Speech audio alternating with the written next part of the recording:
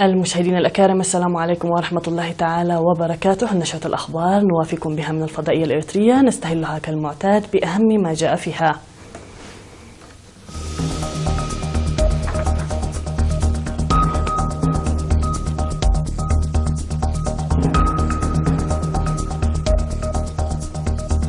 وزير التعليم يتفقد أنشطة التعليم في المناطق النائية بإقليم الكاشبركة. ضريبة الزراعة الريفية والحيوانات الأريفية. تنظيم مهرجان الإريتريين في قطر. هجوم على مسجد في شمال سيناء والسيسي يتعهد برد غاشم. منانغاوا يؤدي اليمين رئيسا لزيمبابوي. وروسيا تعبر عن قلقها من التعزيزات العسكرية الأمريكية في اليابان.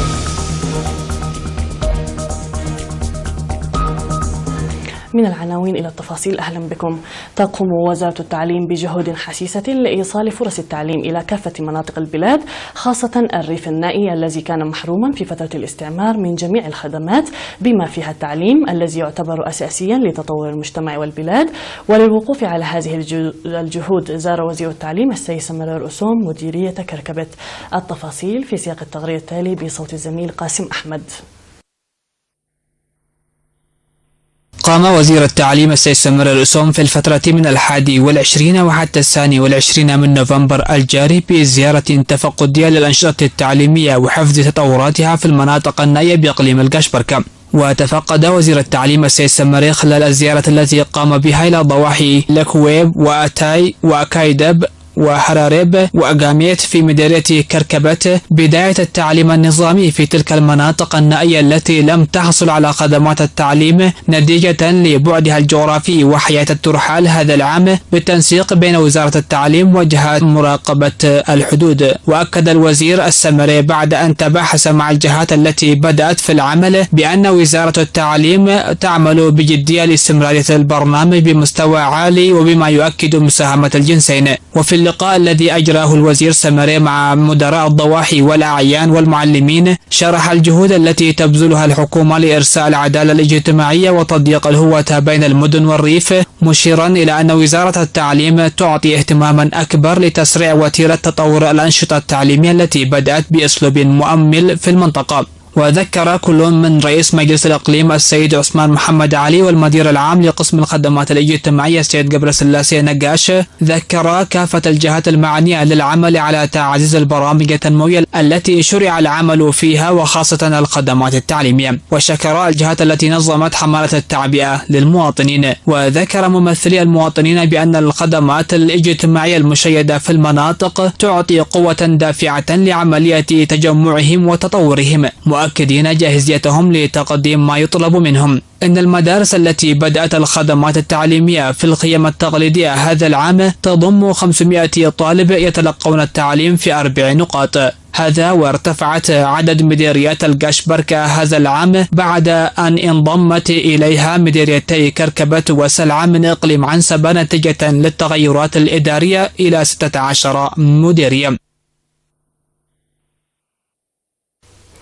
دعا المدير العام لقسم الإيرادات الداخلية في وزارة المالية السيد يوهانس إيساق لتعزيز دور الجهات المعنية من أجل تنفيذ إعلان ضريبة إيرادات الزراعة الريفية والحيوانات الأليفة.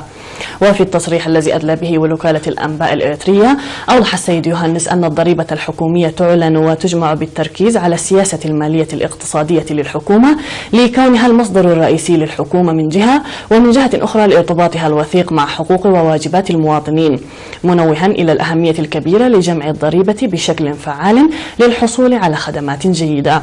وأوضح السيد يوهانس أن جمع ضريبة الزراعة الريفية والمواشي كان يعمل بها منذ العام 1994، وبموجب الإعلان المستحسن الصادر رقم 178 لعام 2016 تم تحسين دفع الضريبة مقارنة بعدد المواشي وانتشار رقعة الأراضي. وذكر بأن عدم دفع الضريبة في أوانها يعد من أهم التحديات التي تواجههم، موضحا في الوقت ذاته بتكوين لجان اختيرت بالمواطنين لجمع الضريبة، وذلك نتيجة لضرورة دفع كافة المزارعين في جميع المناطق للضريبة، ووجود اللجان المختارة من كافة المديريات في تلك المناطق، مشيرا إلى تقديم دورات تأهيلية لتلك اللجان من أجل تقديم خدمات جيدة وفعالة. وأوضح بأن ضريبة الزراعة والمواشي المطلوبة في العام وفق الإعلان الجديد للناشطين في المجال الزراعي سواء على المستوى الفردي أو الجماعي 150 نقفة للهكتار الواحد، وللجمل 100 نقفة، و50 نقفة للبقرة والثور والحصان والبقل، و25 نقفة للحمار، و13 نقفة للماعز، وهذا لا يخص المرضعات. وقد شرع العمل بهذا الإعلان في كافة الأقاليم. وفي الختام قال المدير العام لقسم الإيرادات الداخلية في وزارة المالية السيد يوهانس إيساق إن عدم دفع ضريبة الحكومة جريمة تعرض للمساءلة القانونية، مشيرا إلى العمل الدؤوب الجاري لحل الإشكاليات التي كانت تواجه في السنوات الماضية من جانب الدافعين للضريبة عبر تنظيم حملات التعبئة وحل التأخيرات والمراجعات التي كانت تصدر من القسم بشكل نهائي.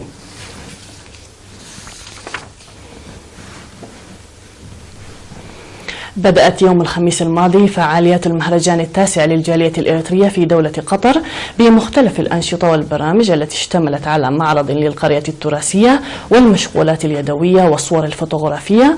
وحضر مناسبة الافتتاح عدد كبير من أعضاء الجالية والضيوف المدعوين يتقدمهم سفير إريتريا السيد علي إبراهيم أحمد، وسعادة السفير إبراهيم يوسف فخرو مدير إدارة المراسم بوزارة الخارجية في دولة قطر، وسعادة السفير عبد الرحمن الدوسري مدير إدارة الشؤون الإفريقية بوزارة الخارجية القطرية، وأعضاء السلك الدبلوماسي المعتمدين لدى قطر بينهم سفراء تركيا وبلجيكا وأذربيجان وكينيا وإسبانيا ومالي والسويد ولبنان والسودان والجزائر وصربيا وإندونيسيا والأوروغواي ونيجيريا والمكسيك والسلفادور وسلطنة عمان ورجال الصحافة والإعلام وأصدقاء إريتريا.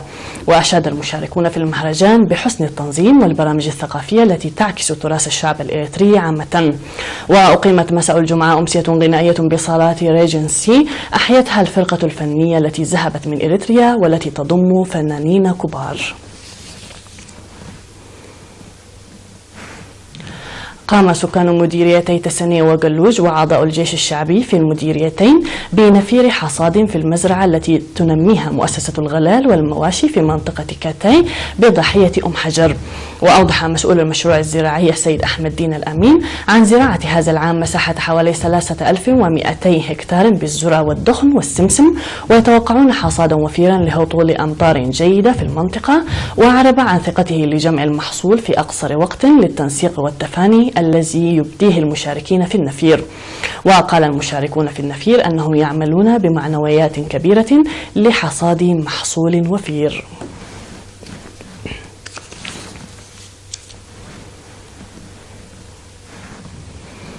نظم لقاء في مدينة مصوع بتعاون السكان مع الشرطة حول رفع المعرفة القانونية. وأوضح قائد الشرطة المركز الثاني في مدينة مصوع الملازم زايد تسفازقي أن المواطن المتصف بأفعاله الحميدة يعود أساسه إلى الأسرة، مشددا على أهمية تعزيز الوعي القانوني والتعاون مع الشرطة لحماية تلك الصفات الحميدة والحد من الظواهر المشينة في أوانها.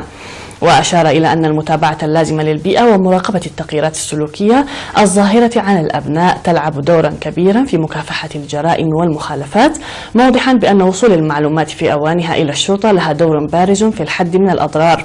وأكد المشاركون بدورهم جاهزيتهم لزيادة تعاونهم من أجل إنجاح أهداف ورؤى الشرطة، مقدمين آراء بناءة أهمها المراقبة اللازمة للملاهي الليلية، وأن تبدي الشرطة تفاعلا سريعا في حال وجدت المعلومة. من جانبه قال مدير ضحية رقم 3 السيد رزار السناي قايم إن الضمان الأمني والاستقراري يرتكز على مواطنين واعيين، موضحا بأن كافة المخالفات والجرائم لا تختفي عن أعين المواطنين، داعيا للتخلص من فكرة لا يخصني. تلقى 132 شابا بينهم 56 امرأة في مدينة كرن دورة تدريبية في مجالات مهنية مختلفة. وأكمل الشباب الدورة التدريبية في 24 من نوفمبر في مجالات التصوير وصيانة الكمبيوتر والمونتاج والصور المتحركة وتركيب معدات الطاقة الشمسية وتصفيف الشعر وغيرها لمدة 3 أشهر. وقال مسؤول الاتحاد الوطني للشباب والطلبة في إقليم عسبة الشاب الزازي برخات إن الدورة تأتي في إطار الدورات التدريبية المنظمة لتنمية قدرات الشباب. وقد نظمت دورة تدريبية مماثلة ل 42 امرأة في مديرية عتكليزان.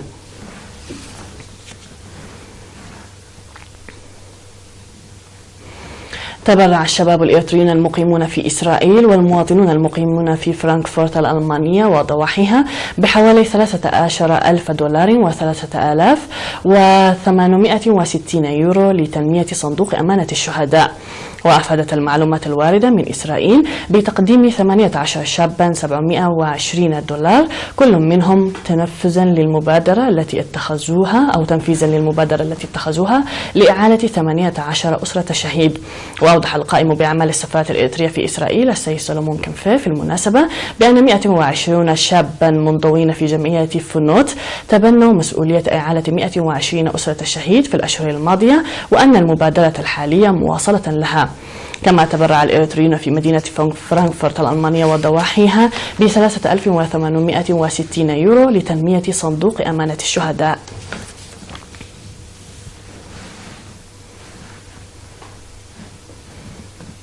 فاصل قصير مشاهدينا الكرام ونعود مع الأنباء العالمية فكونوا معنا.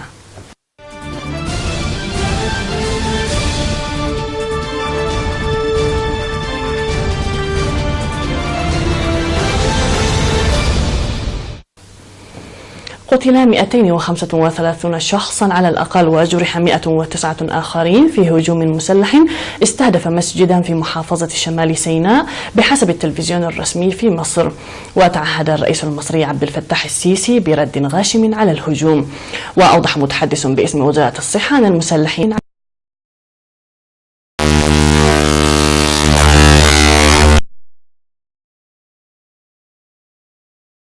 ضحايا. وتعهد السيسي بأن تقوم القوات المسلحة والشرطة المدنية بالثأر للشهداء واستعادة الأمن والاستقرار خلال الفترة القليلة القادمة. الأمن والاستقرار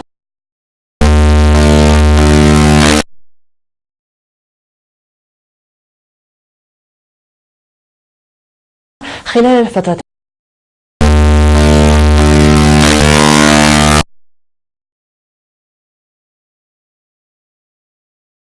وسكان في مدينة العريش فإن المسجد يقع على بعد 20 كيلومترا غرب مدينة العريش بقرية الروضة.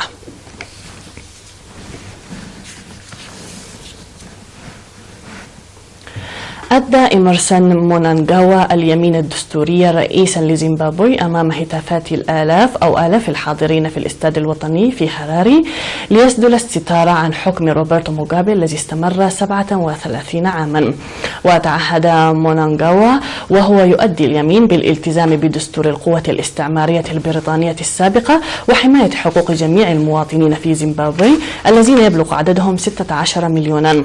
وقال في خطاب إن الانتخابات ستجري العام المقبل كما هو مقرر، وأقر بحدوث أخطاء في فترة حكم الرئيس السابق روبرت موغابي. وأشاد مونانغاوا بصوت الشعب خلال الانتقال الدرامي الذي أدى لصعوده إلى السلطة. وذكرت مصادر قريبة من المفاوضات أن موغابي حصل على حصانة من المحاكمة وضمانات بالحفاظ على سلامته في بلده ضمن اتفاق أدى إلى استقالته.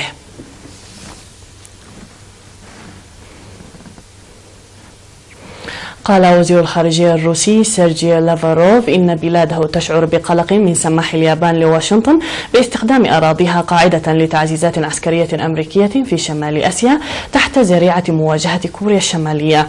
جاءت تصريحاته في مؤتمر صحفي مشترك مع نظيره الياباني تارو كونو عقب محادثات بينهما في موسكو. ورد كونو بالدفاع عن موقف اليابان تجاه كوريا الشمالية وعلاقتها بالولايات المتحدة. وكانت اليابان ترغب في التركيز على حل حل نزاع قائم منذ 7 عقود مع روسيا بشأن مجموعة جزر، لكن تصريحات لافاروف عن كوريا الشمالية ألقت بظلالها على الاجتماع. كان رئيس الوزراء الياباني شينزو آبي أعرب في وقت سابق من العام الجاري عن أمله في حدوث انفراجة في نزاع طوكيو مع موسكو بشأن مجموعة من الجزر في المحيط الهادي.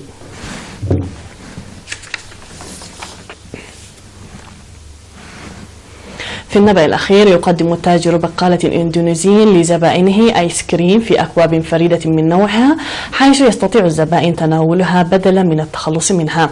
والأكواب الجديدة مصنوعة من أعشاب البحر، ويشبه طعمها طعم الجيلي، ولها 4 نكهات من بينها النعناع والشاي الأخضر. وهذه الأكواب من ابتكار شركة إيفوير التي تصنع الأكواب وغيرها من عبوات الطعام، والتي تقوم بتصنيع الأكواب من أعشاب بحرية يجري زراعته بحيث تكون خالية من الكيماويات. وتسعى الشركة من خلال هذه الأكواب إلى إيجاد بديل للعبوات البلاستيكية بهدف المساهمة في خفض تلوث البيئة.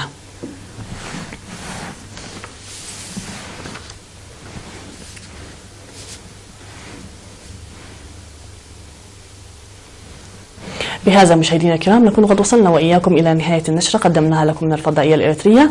في الختام إليكم تحياتي وتحيات الفريق العامل، نستودعكم الله والسلام عليكم ورحمة الله.